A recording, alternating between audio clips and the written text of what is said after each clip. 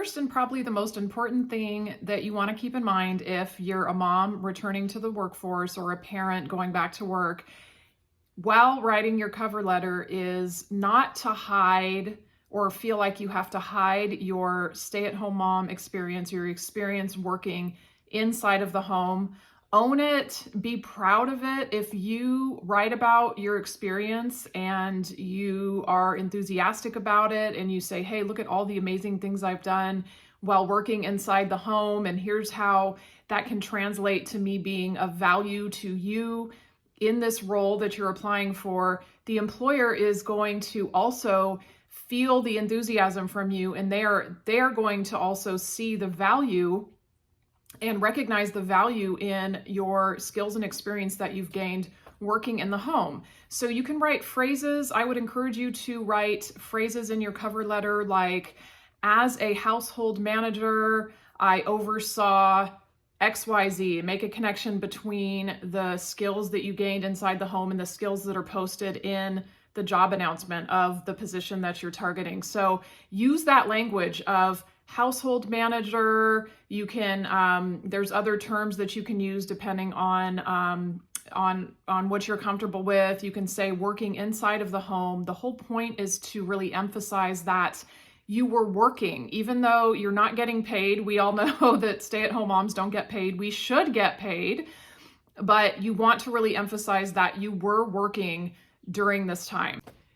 The second step to writing a strong cover letter, if you're a returning parent, is to highlight and market your attributes and transferable skills. And I am gonna be talking specifically about what those mean, as well as showing you some examples of how you could write and market these items on your cover letter.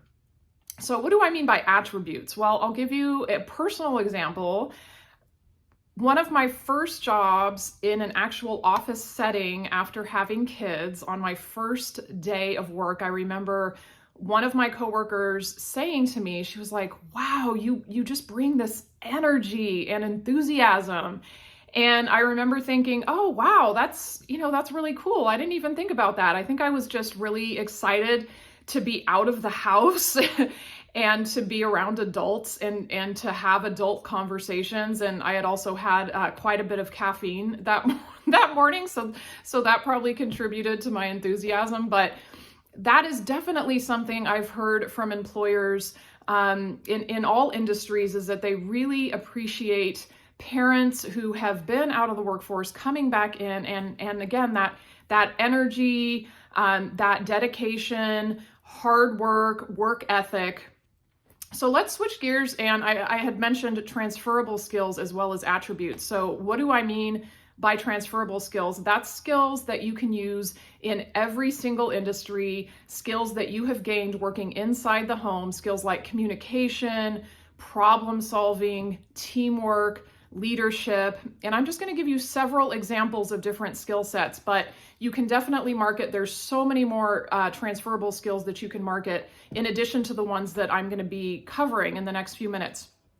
So the first skills I want to highlight are more emotional intelligence type of skills. So like listening and empathy. I mean, as moms, and parents, I mean, empathy is like our middle name, right? If our kid gets hurt or gets an ouchie or is sick or, has a bad day at school, I mean, we are all about the patience and the listening and the empathy skills. And this is really valuable in the workplace more than ever now, as things continue to get automated and there's more technology introduced. Employers are always going to need people who can relate to people.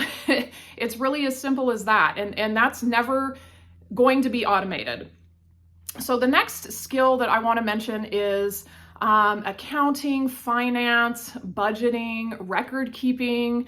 I know, as the finance chair for my daughter's Girl Scout troop, I've actually, that was something I had never done before, but I've really learned quite a bit about record keeping and budgeting. So whether you've done it inside your home, just managing your own house, or maybe you've held some kind of position in a volunteer role, those are also skills that are highly coveted in the workforce that you can market.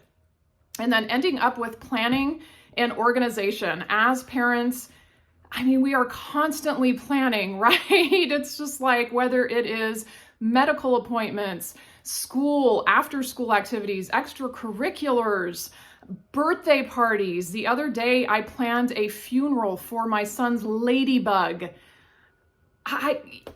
You can't make that up. I'm legitimately, I was like, how do you do this? I don't even know, but I just did it.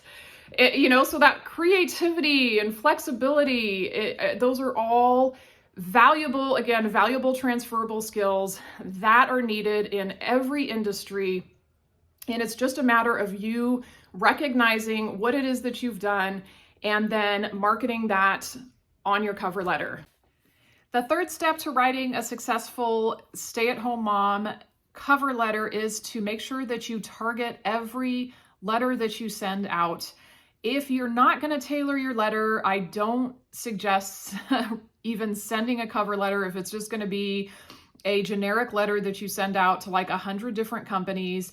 It will actually wind up working against you. Employers, I get asked this all the time by candidates, do employers even read cover letters? And my response is that many employers don't read letters, but a lot of hiring managers and employers actually do read cover letters. I talk to hiring managers all the time, and they tell me that the letters they receive are typically crappy and they are not targeted. So you can actually make yourself stand out from the crowd in a good way by really tailoring your letter. Go online, research the company, see what their values, their mission, any problems that they need help solving. And then again, I mentioned this before, but make that connection between what the employer is all about and what they're looking for, and your own values and your own strengths, your own goals, and how you can help the organization achieve their goals, achieve their mission, and solve their problems.